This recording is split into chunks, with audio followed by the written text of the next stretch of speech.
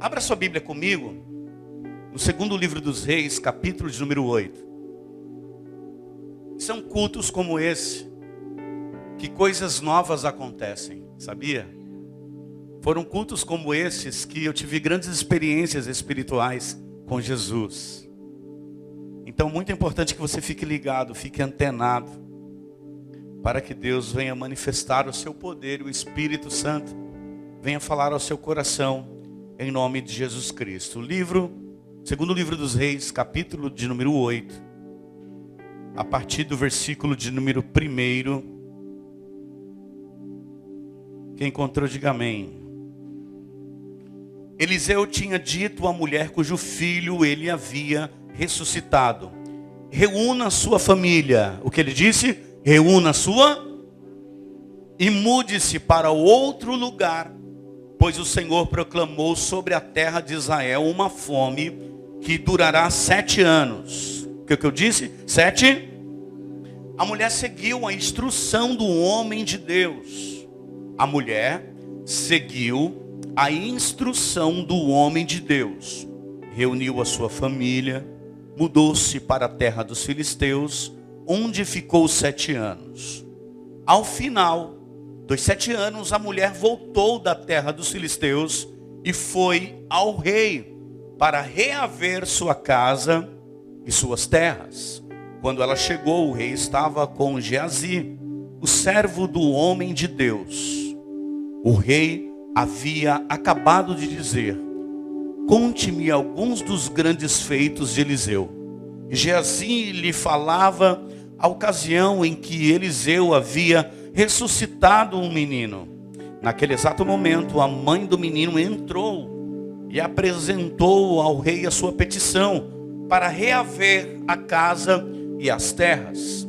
Veja, ó meu senhor, ó rei, exclamou Geazi, esta é a mulher, e este é o filho dela que Eliseu ressuscitou. É verdade? Perguntou o rei à mulher. E ela lhe contou o que havia acontecido.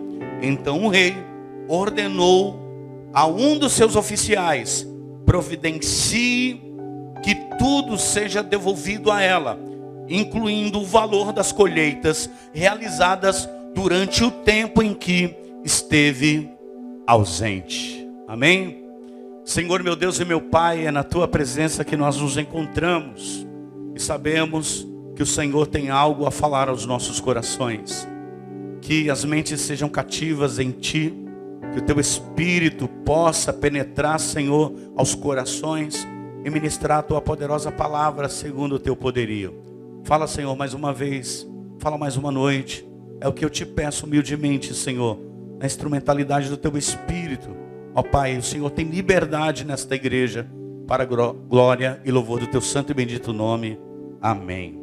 Glória a Deus. Bom, meus irmãos, essa história é um fato que acontece, e interessante que eu dei um título a essa mensagem: que Deus não despreza a sua dor. Repita comigo: Deus não despreza a minha dor. Mas repita isso com força: Deus não despreza a minha dor. Deus nunca desprezou a dor de ninguém. Jesus é misericordioso. Ele sabe o que você está vivendo. Ele sabe o que você está passando.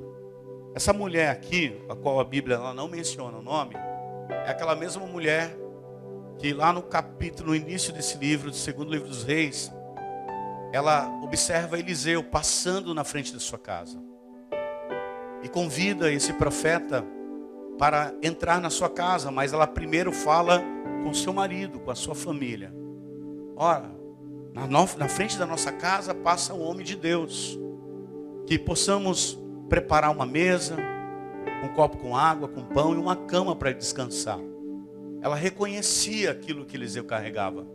Ela sabia que aquele homem ali carregava algo poderoso. O contexto da história é interessante, porque o cenário que o reino de Israel passava nesse período, dos reis de Israel, é onde Eliseu ele exerce a sua forte influência sobre o reinado. Uma influência que é espiritual, ela não é política. não é? Ela é espiritual, sobre os reis, sobre as pessoas. E Israel passava por guerras, por fome, por escassez. Como os dias de hoje, né? A gente tem ausência daquilo que é básico, a água. Quem diria, irmão? A gente ficar sem água em casa durante dias, né? Minha avó já dizia isso há muito tempo atrás. Ó, vai chegar um tempo, a gente vai pagar caro na água para beber e vai faltar ainda. A gente vai ter que comprar água. Minha avó dizia isso há muito tempo atrás. Então, os dias são difíceis. Nessa época que o contexto dessa história fala que havia guerras constantes. E o profeta, com grande ousadia de Deus, o Senhor ministra sobre o seu coração para exercer um ensinamento, para se derramar sobre aquele povo, algumas pessoas da qual ele tinha contato, e também ensinar alguns reis, e através disso, fazer com que o povo compreenda que eles precisavam se aproximar mais da presença do Senhor a cada dia. O sentido literário do texto faz alusão à história de Eliseu, se destacando com grandes milagres na sua função de profeta, ministrando sobre esse povo. E a história dessa mulher sunamita, ela traz esse contexto, mostra a continuidade de uma providência divina, de um cuidado especial sobre as pessoas que se dispõem a fazer a vontade de Deus, das pessoas que acreditam naquilo que grandes homens de Deus carregam. Ontem, na mesa, eu acho muito interessante, quando a gente é convidado em participar da mesa, não se comenta de vida de pessoas nas mesas dos grandes homens de Deus. Fala somente da obra do Senhor. Fala-se somente da palavra de Deus. Olha, fui impactado em tal conferência, eu fui tocado pelo Senhor nessa noite, Deus te usou para falar comigo. E essa é a conversa que precisa haver nos nossos lares. Evidentemente que essa mulher, no meio do texto, lá no princípio do segundo livro dos reis, ela repara a atitude, ela tem a plena consciência, num estado de consciência. A gente precisa ter isso, essa percepção, de que Eliseu, ele não é reconhecido porque ele profetiza, porque ele revela. Ele é reconhecido na medida que aquela mulher olha o seu andar, a sua ida, a sua volta, passando todos os dias na frente da sua casa. Então ela não coloca dentro da sua casa um homem qualquer. Ela analisa, ela contextualiza, ela se conscientiza de quem é aquele homem. E não é pelo dom que ele tinha. É pela história de Eliseu. É pela vida de Eliseu. Então, esse texto nos ensina que havia pessoas que expressavam fidelidade a Deus e tinham cuidado de honrar aqueles que o Senhor confiava a sua palavra, como o profeta Eliseu. Além de ser fiel à sunamita, ela confiava, ela acreditava que ele carregava algo sobrenatural. Então, servir um homem de Deus é uma grande honra. Servir um profeta do Senhor era uma grande honra. Foi assim que ela reconhece o seu ministério. Também esse texto revela como Deus pode mover até as autoridades seculares para restaurar tudo aquilo que foi perdido, tudo aquilo que foi arrancado. Então vejamos que no versículo de número 1 do capítulo 8, do segundo livro dos reis, Eliseu avisa aquela mulher sobre a fome. Ela não estava enganada. Então avisa. A Bíblia diz assim, em 2 Crônicas 20:20. Credes em Deus e estareis seguros. Credes nos profetas e prosperareis. É bíblico isso. É princípio de Deus. Então, Eliseu avisa, olha, vai embora. Se movimenta. Porque vai vir fome. Deus chamou a fome a essa terra. E ela vai. Ela obedece, ela vai. Ela se reúne com a sua família. Ela não toma uma atitude sozinha. Ela se reúne com a sua família.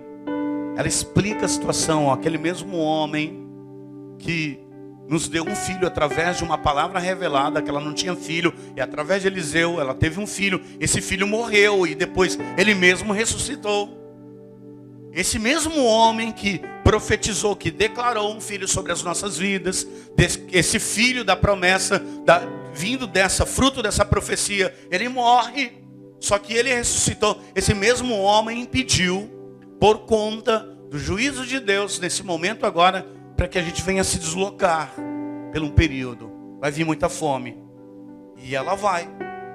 E ela se desloca para a terra inimiga. Para os filisteus, a terra dos filisteus. E ela peregrina lá durante 7 anos.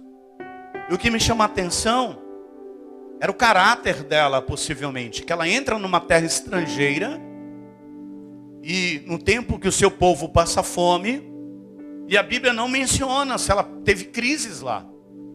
Onde ela chega, ela é abençoada. Ei, eu quero declarar isso sobre a sua vida, em nome de Jesus. Aonde você chegar, você será abençoado.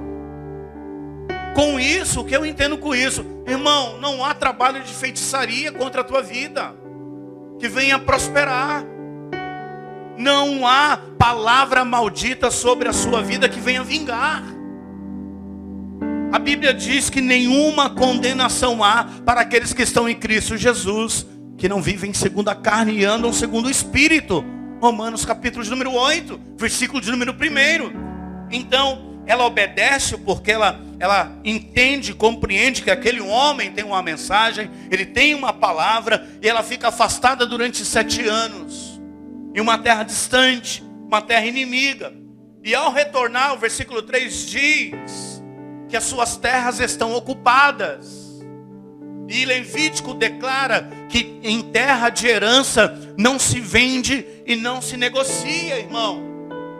Foi o que aconteceu quando Acabe, ele tenta tomar a vinha de Nabote. Conhece essa história?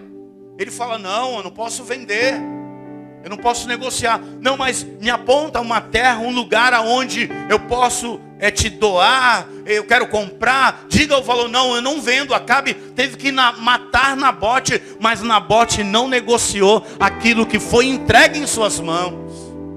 Não negocie princípios. Não negocie aquilo que Deus entregou em suas mãos de maneira alguma. Mesmo que o inimigo peça a você.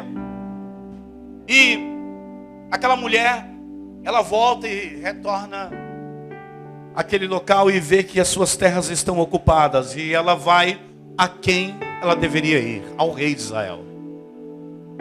É isso que a gente precisa entender, igreja. Eu não tenho que buscar terceiros, eu tenho que ir a quem pode fazer algo por mim. Não adianta eu comentar das minhas dificuldades para inúmeras pessoas. Não adianta isso. Eu preciso dobrar os meus joelhos. Eu preciso criar esse hábito de buscar a presença de Deus em todo o tempo, acreditando que Deus irá responder a minha oração, que Deus irá responder o meu clamor. Então eu vou direto a quem pode fazer alguma coisa. Eu preciso entender isso. Então, no mesmo momento que ela clama por restituição, Geazi está comentando sobre a vida dela. Porque o rei pediu para que essa mulher, para que Geazi falasse sobre quem era Eliseu. Ele fala, ó, Eliseu ressuscitou o filho de uma mulher que ele profetizou que ele nasceria, mas ele morreu e tal. E ela entra na sala das petições, no local de clamar as terras novamente dela. E o rei fica impactado com a história daquela mulher naquele momento. E ordena a devolução das suas terras. E de todos os frutos colhidos, todo o lucro que a terra daquela mulher deu durante 7 anos. Agora eu quero comentar com você aqui, com muito cuidado, sobre alguns símbolos espirituais dentro desse contexto. Primeiro é a fome. A fome de 7 anos. Ela representa tempos de crise. Quem já passou por crise aqui? É fácil ou é difícil? É difícil, irmão. Então a fome representa essas crises, e são cíclicas, né? Elas vão e vêm. Elas vão embora e aparecem essas crises e voltam novamente. Seja por que motivo for. Esse tempo de fome fala de provações. E geralmente, em tempo de crise, em tempo de provação, leva eu e você a depender mais de Deus. Então, existem crises, existem provações que são geradas, permitidas, não que seja a vontade absoluta de Deus, mas a permissiva, para que eu crie dependência mais de Deus a cada dia. A ida à terra dos filisteus é outro símbolo, é a saída da zona de conforto, é o obedecer sem entender. Por quantas vezes meus pastores pediram que pastorearam a minha vida para fazer algo que eu não entendia no momento, que eu não compreendia, que eu achava que era um absurdo no momento, mas no final dava tudo certo, porque ele tem a direção de Deus, ele tem o tato espiritual, o discernimento do Espírito para aquele momento. Então, para qualquer pessoa, se aquela mulher desaprovasse o ministério de Eliseu, ela não saía da sua terra, não. Eu vou ficar aqui, vou passar fome com a minha família. Ela não se moveria, mas ela sabia que quem movia Eliseu não era qualquer pessoa, mas era o próprio Deus de Israel, igreja. E a gente sofre quando nós não entendemos isso. Um outro ponto importante, além da fome, são símbolos dessa mensagem. A ida à terra dos filisteus. Eu quero falar sobre o encontro que Deus providenciou com um rei. Mostra o agir invisível de Deus, organizando encontros e também circunstâncias. Então Deus está agindo quando você não está vendo. Deus está trabalhando quando você está dormindo. Deus está entrando na sua casa, movendo situações em sua vida quando você não está vendo. Quem sabe quando você está de joelhos clamando. Por isso que eu digo que Deus não despreza a tua dor. Deus nunca desprezou a sua dor. A Bíblia declara que em Jó 42:10, Deus restituiu tudo que foi perdido em dobro. Se prepara, irmão.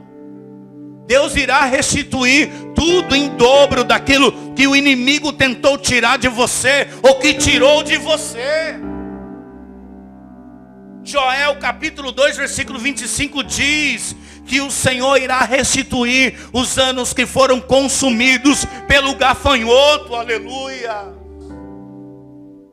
Lucas 6,36 diz que Deus dá a medida recalcada, sacudida e transbordante. Sabe o que é medida recalcada e sacudida? É aquilo que sacode assim, não cai para um lado, vai transbordar. Eu quero declarar isso sobre a sua vida. Vai transbordar, irmão. Você vai ter que compartilhar. Então eu preciso ter cuidado. O autor do livro aos Reis quer mostrar que Deus cuida daqueles que são fiéis, e que sua palavra transmitida pelo profeta é segura, ela é verdadeira, mesmo quando tudo parece perdido. Deus, ele entra como restaurador. Deus, ele quer entrar na sua vida como restaurador. Restaurar os seus sentimentos, restaurar a sua saúde, o seu emocional, a sua casa, os seus negócios, a sua vida, o seu ministério. Ele nos ensina que a obediência à palavra dele prepara o caminho para a bênção futura.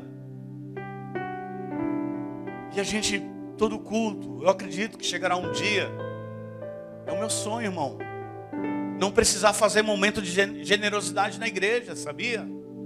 Que as pessoas terão consciência desse momento, que não há prosperidade sem generosidade. Não há como eu exigir fidelidade de Deus se eu não sou fiel, se eu não entendi o básico, o mínimo acerca dos dízimos e das ofertas. Se eu tenho uma grande dificuldade, ontem eu fui ministrado sobre isso também, que a gente ouve que existem pessoas que criam teses contra o dízimo e antiteses sobre isso, que é raso espiritualmente, teologicamente dizendo. Não conhece a Bíblia, mas como consegue arrumar argumentos para ser infiel na casa de Deus? E a gente tem que ficar falando aqui, olha, seja fiel, irmão, porque você tem uma aliança com Deus. Porque Deus fez uma aliança com você. E Deus, esse Deus que nós servimos, Ele faz aliança, Ele não quebra aliança. Ele nunca quebrou uma aliança com você. E nunca vai quebrar. Porque Ele não é homem para que minta, nem filho do homem para que se arrependa. Então se Ele te deu é porque Ele te ama. Se Ele te chama é porque Ele te ama. É por amor. E a gente é tão infiel que nós arrumamos argumentos. Nós temos a capacidade de criar argumentos contra a palavra de Deus, contra o querer do Senhor. Então hoje, muitas pessoas passam por períodos de fome, de crises financeiras, emocionais, familiares. E o texto nos ensina a confiar, a obedecer na direção de Deus, mesmo quando isso nos leva a lugares difíceis, a posicionamentos difíceis. Crer em Deus é acreditar que o Senhor, Ele está no controle da sua casa e da sua vida. Ele está no controle de todas as coisas. Basta eu continuar sendo fiel e aguardar a restauração do Senhor, ela vai vir. Em nome de Jesus, quantos acreditam nisso? Deus apenas não devolve aquilo que foi perdido, mas Ele faz isso de uma forma abundante sobre nós. Eu preciso entender o favor do rei, o favor de Deus, compreender que aquele rei simbolizava o próprio Deus. E Geazi, ele era um moço da qual representa ali o próprio Jesus. Falando da vida daquela mulher, dos feitos marcantes da vida daquela mulher. Geazi não estava falando mal de ninguém. Já viu pessoas que se sentam para falar mal de alguém? Como pode ainda dizer que é cristão? Então a mulher sunamita já tinha uma história com Eliseu. Quero que você entenda isso. Ela não cai de paraquedas. Ela abrigou o profeta. E ela é recompensada com um filho, como eu falei antes. E o mesmo morre, mas Eliseu ressuscita. Agora ela enfrenta a fome, o deslocamento e a perca dos seus bens. Mas ela não se incomoda em obedecer, mesmo deixando a sua casa para trás. Já pensou, irmão, chegar para você e dizer: olha, sai da tua casa, vai lá para outra cidade, daqui a pouco você volta. Você sabe que a sua casa está sendo ocupada por alguém que não pertence à sua família, que você não conhece? Eu acho que na grande maioria das pessoas nem sairia, irmão.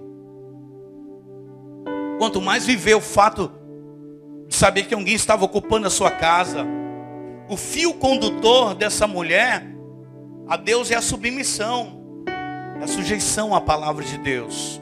A fidelidade mesmo em meio das crises. Irmão, como se torna às vezes peculiar, prático, ser fiel no momento de abastança. Mas é no momento da crise, é no momento da pressão que nós somos forjados. Sabia? É no momento da pressão, no momento que você é pressionado por alguma razão a obedecer a Deus. E tudo isso tem a ver com quem é liderado. Porque quando eu olho para a vida de Davi, mesmo sabendo que geralmente as pessoas culpam um líder, né? Por alguma razão. Culpa o pastor, culpa quem está na frente do trabalho por alguma razão que não dá certo. Está vendo? Está faltando água na cidade porque o pastor, enfim. É capaz disso acontecer. Sabia? Então, geralmente, esse posicionamento equivocado, ele acontece quando não tem discernimento. Davi, sabendo que Saul já havia sido rejeitado por Deus, ele não matou Saul, ele poupou Saul. Tem a ver com liderado. Judas sabia que Jesus era Jesus, mas ele traiu. E era Jesus. Eu pude ouvir ontem algo poderoso, que Jesus, quando pregava, as pessoas saíam de perto dele. Olha só que interessante. A Bíblia fala que Jesus ficou sozinho com os discípulos, irmãos, com quem deveria ficar. Por Porque no meio da palavra ele diz que ele, agora o seu corpo era com o pão que eles comiam, e o povo não entendia nada, eles foram embora. Se Jesus passou por isso, imagine nós. Então, uma pergunta aberta que eu faço para nós nessa noite: quantos aqui já passaram por percas e crises em situações em que tudo parecia sido perdido, tomado? Inúmeras pessoas. Só que a palavra tem uma direção para a tua vida nessa noite. Quero repetir isso novamente. A palavra de Deus tem uma direção para a tua vida nessa noite. Eliseu anuncia a fome, a mulher só ouve e obedece. É pragmático, é simples, é fácil. Não precisa muito auê. Ele não dá uma rajada de línguas estranhas. Ele diz, sai daqui, vai vir fome. E ela obedece e vai. Isso faz com que ela venha ser conservada com a sua família em outro lugar. Isso exigiu fé daquela mulher, pois ela foi confrontada com a atual circunstância da qual vivia. Ela precisou se posicionar, abandonar sua terra, abandonar sua casa, para seguir a palavra de Deus, que o homem do Senhor tinha ministrado sobre a vida dela. Então, na palavra de Deus você encontra segurança, irmão. A nossa segurança não está em nenhum lugar, a não ser na palavra do Senhor, na presença de Deus. Então, a aplicação prática sobre a minha vida acerca disso é que há momentos em que obedecer a palavra de Deus implica sair do lugar onde eu acho certo, que não é. Desconectar de pessoas que levam você, quem sabe, a pecar, a murmurar, a perder a espiritualidade, a não buscar a presença de Deus, a se tornar um crítico cada culto, a cada dia que passa, sem se envolver, sem somar, sem contextualizar o momento. Então, a palavra de Deus nos leva a sair do lugar de conforto, nos ensina a perdoar, a ofertar, a permanecer firme em santidade, a confiar naquilo que eu não estou vendo, no sobrenatural, no invisível, tirando de nós todo o orgulho, toda a arrogância. A gente é orgulhoso às vezes, não é verdade? A gente achando que vai incomodar alguém, nós achamos que iremos incomodar e nós não queremos pedir ajuda. É um grande defeito que nós temos, irmão. E aí nós tomamos referências, como foi louvado aqui, sombras que nós criamos, além de Deus, quando deveríamos verdadeiramente acreditar que só Jesus pode mudar a nossa história. Eu quero declarar isso sobre a sua vida. Só Jesus pode mudar a sua vida. Só Jesus pode mudar a sua história. Então, obedecer sem questionar é o segredo para ser preservado na crise. Quem não escuta a voz de Deus, quem não escuta a voz de Deus na abundância, sofrerá calado na escassez. Esse é o grande problema. Às vezes nós não ouvimos a voz de Deus na abundância. E quando eu olho para a palavra do Senhor, irmãos, eu aprendo muito nesse pouco tempo que eu tenho de evangelho. Lâmpada para os meus pés é a tua palavra, Senhor, e luz para o meu caminho. Lâmpada para os meus pés é a tua palavra, e luz para o meu caminho. É o Salmo de número 119, versículo 105. Declara sobre isso. Então não há outro caminho, irmão. Não há um passo de mágica mirabuloso para mudar as nossas vidas. O nosso Deus, Ele é poderoso. Ele, após a aprovação, Ele nos testa e nos coloca no lugar de exaltação. Deus não te prova para te reprovar.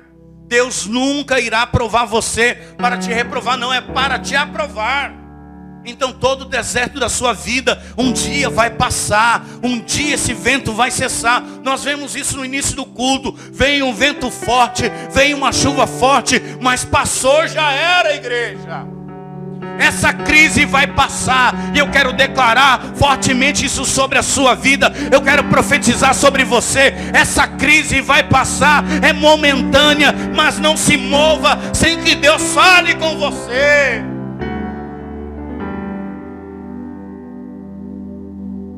Depois de 7 anos, aquela mulher ela volta. E ela encontra tudo ocupado e tomado. Tudo estava ocupado. Sua terra, sua casa. Tudo havia sido ocupado e tomado. Ela não murmura. Ela não reclama. Ela não sai contando para a profeta Chiquinha, para o profeta fulano. Não. Ela vai ao rei. Está entendendo? Ela procurou o rei. Ela foi direto a quem poderia resolver. Ela foi ao rei procurar justiça. A fidelidade não elimina as provações, hein, irmão? Se você é fiel, glória a Deus por isso. Mas isso não vai isentar, não vai eliminar as provações. Mas garante, quando você é fiel, que você as enfrentará na posição correta. Se você é fiel ao Senhor, como o Link disse aqui, ainda há pouco, não é só fiel nos dízimos, nas ofertas não, irmão. Em várias situações, com você mesmo. Cuidar da sua vida, da sua saúde, da sua família, daquilo que você precisa cuidar, é muito importante. Então quando você é fiel a Deus, não vai eliminar as suas provações. Mas você vai passar toda a prova na posição correta. Isso é bom. Fidelidade não é barganha. Ser fiel não é barganhar com Deus, mas é demonstração de amor. E demonstra que eu amo cada vez mais ao Senhor. Quem é fiel na escassez verá a abundância no tempo certo. Eu quero dizer isso sobre a sua vida. Se você permanecer fiel, a abundância virá sobre a sua vida no tempo exato, no tempo certo. Aleluia. O nosso Deus é aquele que orquestra os detalhes, não é? Enquanto Geazi contava os milagres que Eliseu tinha feito ao rei, a mulher entra pedindo ajuda. Eu fico imaginando aquela cena, irmão. Eu fico imaginando Geazi empolgado e contando: olha, teve uma mulher que ele orou. Essa mulher teve um filho, só que esse filho morreu lá. Aquela mulher poderia ter duvidado, mas aquilo que Deus dá, irmão, Ele certifica. Ele põe a sua chancela, o seu selo. Deus não dá nada para você para arrancar.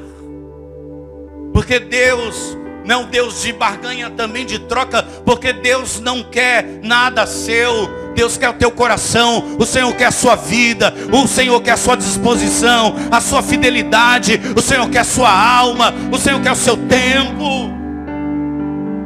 O Senhor quer o seu talento. Geazi contando os milagres de Eliseu, a mulher entra. Isso não é sorte, irmão. Isso é providência de Deus. Sabe, está no lugar certo e na hora certa. É Deus que vai organizar encontros. Ei, eu quero dizer isso sobre você nessa noite, sobre a sua casa. Deus vai preparar encontros, irá sincronizar momentos para abrir portas para você, para abrir portas para sua família, para melhorar sua qualidade de vida espiritual. Aleluia. Isso significa ter que me aprofundar mais na presença de Deus. Experiência espiritual, aquela mulher viveu. Ela deu à luz a um filho sem poder. Ela viu seu filho sendo ressuscitado. Ela viu o poder de Deus, ela viu os milagres de Deus, mas veio fome, veio a perca. Mas Deus restaura tudo aquilo que o diabo toma. E pior, ela não semeou isso para perder. Não foi ela que semeou, ela não pecou contra a palavra de Deus. Muito pelo contrário, ela permaneceu fiel à vontade e à verdade do Senhor. Quando você é fiel, Deus já está preparando pessoas para falar de você. Sabia? Para soprar o teu nome, para soprar o nome da sua família, para abrir caminhos, para confirmar a sua vitória. Romanos 8, 28. Todas as coisas cooperam para o bem daqueles que amam a Deus. Irmão, nada foge do controle de Deus. Me ligou uma pessoa, pastor, vai vir, a Marinha avisou um vento forte e não sei o que. Eu falei, Deus, está tudo na tua mão. O Senhor controla os ventos. O Senhor controla as chuvas. Tu és o Deus do sol, Tu és o Deus das nuvens, o Senhor é o Deus do Guarujá, o Senhor é o Deus das famílias, o Senhor é o Deus dessa igreja. A Rocha Church Guarujá pertence ao Senhor Jesus de Nazaré. Essa igreja é dele, e quem está aqui é dele também, aleluia. Esther, capítulo de número 6. O rei, ele lê sobre Mordecai, e no momento certo ele honra o servo fiel. Seu nome será citado em mesas, mas não para falarem mal de você, para falar o bem de você. E quem realmente você é. Se você semeia coisas boas, o seu nome será citado em mesas. Não, olha, eu preciso. Lembra daquela moça que trabalhava na casa de Naamã? Uma judia que foi levada como escrava para a casa de Naamã. Oficial, cheio de pompa, autoridade, tomado de lepra. E aí aquela moça trabalhando e vendo que o seu senhor, da qual ela trabalhava, sofria daquele mal. Falou, olha, tem um homem lá em Jerusalém. Tem um homem em Israel. Que ele tem uma palavra para você. Quem é ele? Quem é ele? Vão citar o seu nome em mesas. E vão te procurar. Quem sabe a resposta chegará essa semana sobre a sua vida. Eu acredito em nome de Jesus. Coincidência é apenas um nome que os descrentes dão à providência. Escreva isso. Coincidência é apenas um nome que os descrentes dão à providência divina. Quando o céu se move, até o inimigo vira testemunha da sua vitória. Quando o céu se move, até o inimigo vira testemunha da sua bênção e da sua vitória. Eu quero declarar sobre as nossas vidas nessa noite que a restituição irá exceder, vai transbordar, irmão. O rei não devolveu apenas as terras para aquela mulher, mas também os frutos de 7 anos. Foi o maior investimento. Então, às vezes, irmão, a gente aprendeu que ou você segura, controla e mirra, ou larga e cresce. Tem coisa que você tem que largar. Não pode ser tão controlador, tão centralizador. Para de centralizar as coisas em você. Para de centralizar sua família só em você. Deixa os filhos crescer. Deixa baterem asa. Deixa quem tiver de bater asa para o bem. Para o bem, estou dizendo. Crescer, frutificar, prosperar, reinar, governar. Você tem a unção de governo, irmão. E essa unção de governo, ela só pode adivinhar através da palavra de Deus. Então larga tudo aí. Como assim? Vou deixar minha casa? O mal vai vir. Peraí, vou sair então. E quando saiu, a prosperidade veio sobre a terra. E aquela mulher que volta achando que está sem terra, sem casa, falida, ela encontra um rei justo, piedoso. O nosso rei é justo e piedoso. Então devolva a ela a sua casa, as suas terras. mais tudo aquilo que foi gerado em 7 anos. A justiça divina não devolve apenas o que nós perdemos, acrescenta a honra e a abundância. Se prepare para um tempo de honra. Mas eu estou falando com crentes aqui, rocheanos, de fato. Não tem nenhum visitante que eu estou enxergando aqui. Se prepare para um tempo de honra, irmão. Mas aprenda a honrar também. Se prepare para um tempo de abundância. Mas seja generoso também. Porque às vezes quando Deus pede algo para você, é para destravar você, irmão. Quando Deus pede algo para a sua vida, Ele quer destravar você. Ele não está pedindo o que você tem, não. Ele quer destravar sua mente, destravar a tua alma, destravar o teu espírito. O inimigo pode até tomar algo por um tempo, mas Deus restitui com juros de graça. Quem sabe você já ouviu alguém falar assim: você não vai dar certo. Você nunca vai dar certo na sua vida. Você olha, você frustrou, porque as pessoas frustradas com a gente, quem aqui nunca frustrou alguém, né? Elas agem assim: ó, não vai dar certo. Porque na realidade não é você a ferramenta, é a expectativa baixa dela acerca da vida. E a pior coisa que tem é andar com gente com expectativas baixas, irmão. Então ela anda pelaquilo que ela enxerga, ela anda pelaquilo que ela vê. E Deus nos ensina para que nós não venhamos andar pelaquilo que nós enxergamos, mas pela palavra que foi derramada e ministrada sobre as nossas vidas. Quem tem uma palavra aqui? Joel 2:25. Restituirei os anos que foram consumidos. Nós ouvimos isso falar. O Senhor deu tudo em dobro o que Jó possuía. Capítulo 42, versículo 10 do livro de Jó. Tudo em dobro. Se prepara para o tempo de honra. Se prepara para o tempo de restituição na sua vida. Deus não apenas devolve, Deus acrescenta. Deus não apenas devolve, Ele acrescenta. Deus não entra na causa, na sentença. Ele é sempre favorável ao justo, irmão. Entenda. Evidentemente que Deus não é a favor de atos de injustiça, mas o Senhor sempre será favorável àquele que comete a justiça. A história da sunamita, ela é a prova de que a submissão a Deus e a palavra e a fidelidade, elas nunca serão vãs. Seja fiel, irmão. Olha só o que Deus está fazendo na sua vida, o que fez até o dia de hoje.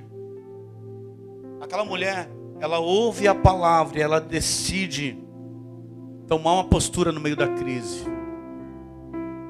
Ela permanece. Uma das coisas que ela fez, irmão, olha só, é uma experiência que a gente tem num tempo de caminhada. Quando as coisas vão ruins, a primeira coisa que a gente faz é ser infiel a Deus. A gente entra em crises que às vezes nós provocamos, e a primeira coisa, a primeira tendência, pela minha fraqueza humana, não estou sendo agressivo com você, estou falando uma verdade bíblica, é a gente não querer vir ao culto, é achar que o culto vai ser a mesma coisa, mas não é, porque a minha expectativa está baixa acerca daquilo que Deus pode fazer, daquilo que Jesus pode ministrar sobre as nossas vidas. Deus nunca deixará um justo em silêncio. Deus nunca deixará um justo em silêncio. Ele nunca vai se omitir em tocar na vida de um justo. Tocar para abençoar. Ela ouve, ela acredita no meio da crise. E ela permanece fiel. E no tempo certo, o Senhor restituiu tudo a ela.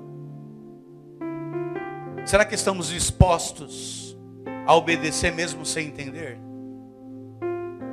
Não estou entendendo nada, não estou vendo nada. Às vezes eu sou submetido às minhas experiências passadas, né? Olha, e eu sou muito religioso nessa questão. Olha, isso aí não vai dar certo. Olha, deveria fazer assim, porque eu sou religioso acerca daquilo. Estou falando de mim.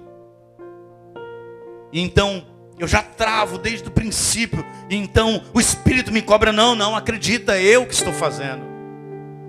Porque quando Deus faz, sai perfeito, irmão. Nós precisamos continuar sendo fiel, mesmo no tempo de perdas. Não, Senhor, não vou negociar esses princípios. Existem perdas em nossas vidas que querem fazer com que você venha sabotar o propósito da aliança que você fez com Deus. Ei, você fez uma aliança com Deus. Diga isso para quem está do teu lado. Você tem uma aliança com Deus. Você crê que Deus está preparando encontros para restituir a sua vida? Quem crê nisso?